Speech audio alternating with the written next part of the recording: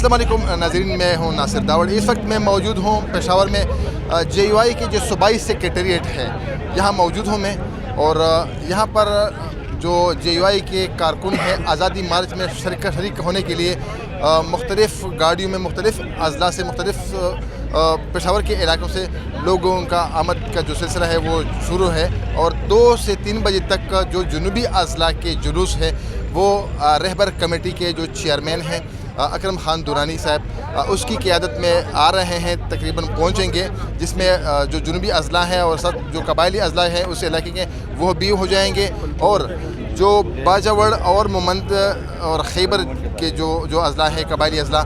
ان کے لوگ بھی یہاں پر آئیں گے اور 3 بجے کے بعد ہی یہاں سے روانہ ہوں گے۔ حاجی صاحب، حاجی جلیل جان جو سیکرٹری اطلاعات ہیں یہاں کے، اس سے ہم بات کریں گے۔ حاجی صاحب بتائیے، اس جلوس کے حوالے سے کتنے لوگ ہوں گے اور ان لوگوں کے لیے گاڑیوں کا انتظام ہو چکا ہے کہ نہیں؟ بسم اللہ الرحمن الرحیم۔ کچھ قافلے ہمارے 30 تاریخ کو روانہ ہو چکے ہیں جو بہت دور دراز کے تھے، چترال، کوہستان، گلگت بلتستان، تو وہ قافلے مانسیرا بڑاگرام کو ٹچ کرتے ہوئے ہزارہ ڈویژن کی طرف آئیں گے اور حسن ابدال میں ہمارا انتظار کریں گے، 4 بجے وہاں پہنچیں گے۔ اور جنوبی اضلاع کا جو قافلہ ہے وہ آج صبح سویرے روانہ ہوا ہے اور 12 بجے وہ کوارٹ ٹنل کو کراس کرے گا اور انشاءاللہ 2 بجے یہاں پشاور پہنچ جائے گا۔ اور وسطی اضلاع کا اور ہمارے قبائلی ایجنسیاں ہیں جو خیبر ہے، مومند ہے اور باجوڑ ہے، وہ ہمارے ساتھ یہاں پہ ہمیں جوائن کرے گی، کچھ 400 سے جوائن کرے گی، کچھ یہاں پشاور سے ہمیں جوائن کرے گی، اور اس طرح مالاکنڈ ڈویژن کا جو قافلہ ہے وہ رشکئی کے مقام پر ہمیں جوائن کریں گے۔ تعداد تو بہت زیادہ ہے، مجھے اطلاعات یہ ہے کہ صرف 600 گاڑیاں تو ٹی خان سے آ رہی ہیں اور 350 گاڑیاں بنو سے آ رہی ہیں، اس طرح لکی سے 400 سے زیادہ گاڑیاں آ رہی ہیں، تو یہ ہزاروں گاڑیاں ہوں گی۔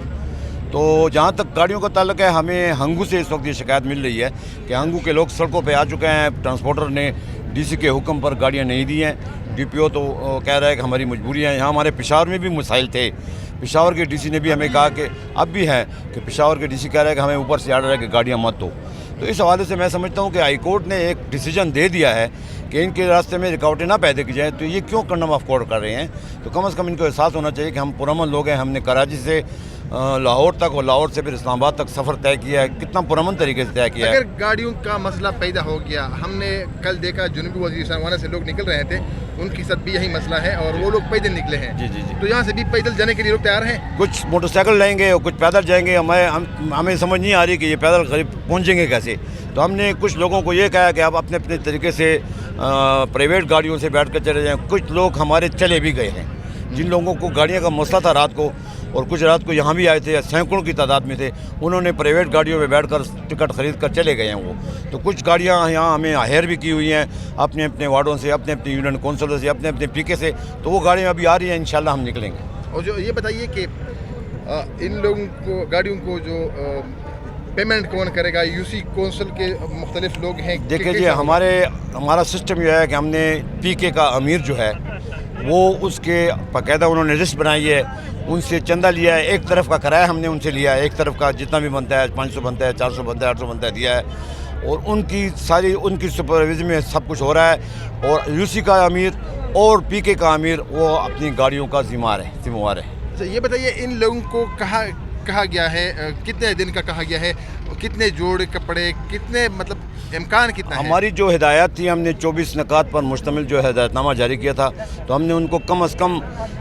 1 ہفتے کے قیام کے لیے ان کو ہم نے کہا مواد اپنے پاس رکھیں، کپڑے اپنے پاس رکھیں، لیکن یہ فیصلہ ڈیپینڈ کرتا ہے اپنے قائدین پر کہ وہ کتنے دن تک ہمیں رکھنا چاہتے ہیں۔ تو جتنے دن تک وہ رکھنا چاہیں گے ہمارے کارکن اتنے دن تک بیٹھیں گے انشاءاللہ۔ پارٹی کا کیا خیال ہے؟ عمران خان خامخواہ ہر حال میں جانا ہوگا یا میں تو آپ کو 110% کہہ رہا ہوں کہ انشاءاللہ 31 تاریخ نہیں ہو تو 1 صبح جو طلوع ہوگی وہ ہمارے لیے انشاءاللہ خوشخبری لائے گی انشاءاللہ۔ دیکھیے، اس وقت یہ کہا جا رہا ہے کہ جو سلیکٹرز ہیں وہ بڑے سلیکٹر بھی ان سے ناراض ہیں،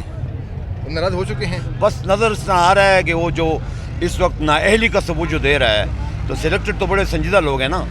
وہ تو اس کی غیر سنجیدگیوں کو دیکھ کر ناراض ہو رہے ہیں کہ اتنا غیر سنجیدہ ہے۔ ہمارا جو خیال تھا کہ یہ کھلاڑی ہے اور یہ ان کے پاس ٹیم ہوگی، ان کے پاس بہت بڑے ماہر ہوں گے، ماہر معاشیات ہوں گے، ماہر اقتصادیات ہوں گے، لیکن ان کے پاس وہی